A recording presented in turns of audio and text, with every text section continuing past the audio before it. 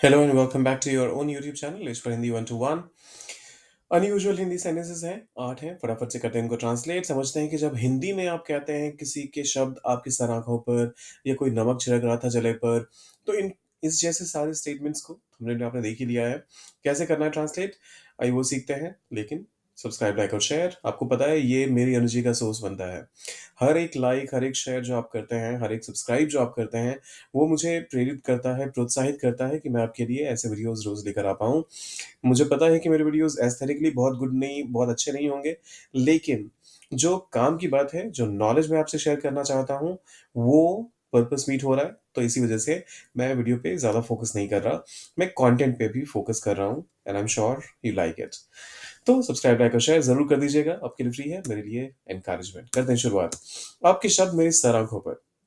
तो देखिए, इसके लिए आप कह सकते हैं आई डीपली। अब सबसे पहली चीज़ तो ये ध्यान रखना पड़ेगा कि ये इस तरह के जितने भी स्टेटमेंट्स हैं, आप इनको वर्ड फॉर वर्ड ट्रांसलेट नहीं कर सकते हैं। अगर आप करने की कोशिश भी करेंगे, तो मीनिंग कुछ और निकल कर आएगा और वो बड़ा अटपटा भी लगेगा।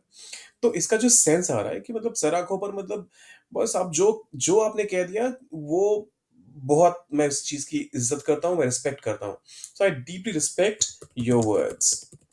आई डीपली रिस्पेक्ट योर वर्ड्स। वह तो मेरे जले पर नमक छिड़क रहा था।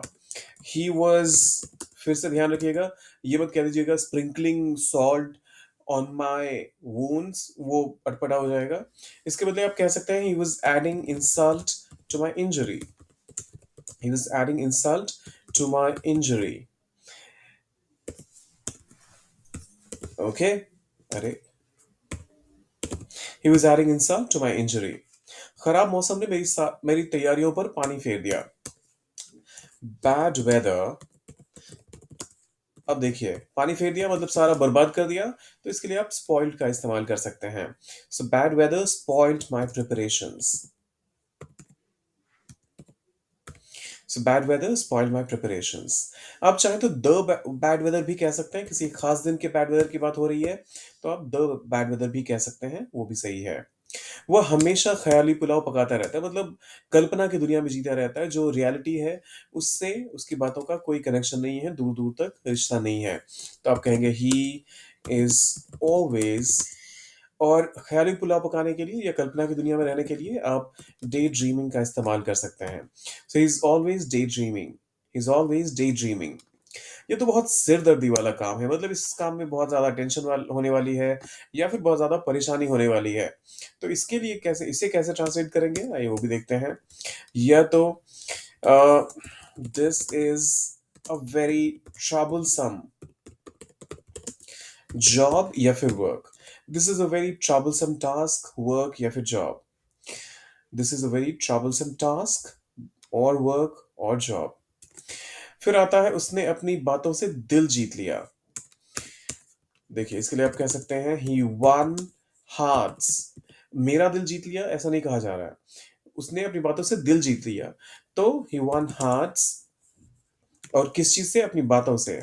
तो with his words. By his words मत कहिएगा, शब्द फेंक के कोई नहीं मार रहा, शब्दों से कोई हमला नहीं कर रहा। तो आप यहाँ पर विथ हिज वर्ड्स का इस्तेमाल कीजिए। उसको सांप सूंघ गया। अब इसको प्लीज ये मत कहिएगा कि द स्नेक स्मेल्ड हिम। आप कह सकते हैं he was completely shocked. He was completely shocked. और किसी अच्छी खबर को भी सुन के, अगर एक होता है ना कि लोग थोड़ा सा टाइम लेते हैं उस चीज को प्रोसेस करने में, तो उस केस में आप सरप्राइज वर्ड का इस्तेमाल कर सकते हैं, surprised. He was completely surprised. या फिर अगर ये नेगेटिव सेंस में ले रहा है सामने वाला, तो आप कह सकते हैं ही वॉज कंप्लीटली शॉक्ड। फिर आता है उसको परीक्षा में अच्छे अंक आए और नौकरी भी मिल गई। अब देखिए, उसको, ही, अच्छे अंक आए, got good marks, good marks in the exam, और नौकरी भी मिल गई, and got a job as well. या फिर आप चाहें तो आप ये भी कह सकते हैं and also got a job. As well का मैं इस्तेमाल कर रहा हूं, अब इसके बदले ऑल्सो का भी इस्तेमाल कर सकते हैं। अब इसके बाद वाला जो सेक्शन है, या तो सोने पे सुहागा हो गया। तो इसको आप दो तरीके से कर सकते हैं ट्रांसलेट। आप या तो कह सकते हैं दिस वाज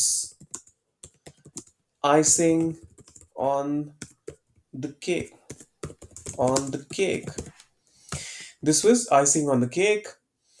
और फिर दूसरा तरीका हो सकता है कि आप यूं कह दें कि ही हैज, अच्छा मैं यही लिख देता हूँ स्लैश डाल के, ही हैज, अब उसे मिल गया है, मतलब सोने पे सुहागा हो गया है, तो इस वजह से ही हैज, और the best of both worlds, he has best of both worlds,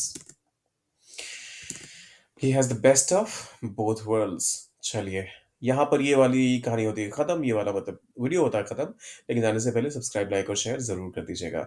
क्या नया सीखा है आपने वो वाले कमेंट बॉक्स में, और जाने से पहले सब्सक्राइब, लाइक, शेयर बहुत जरूरी है। मिलते हैं जल्दी।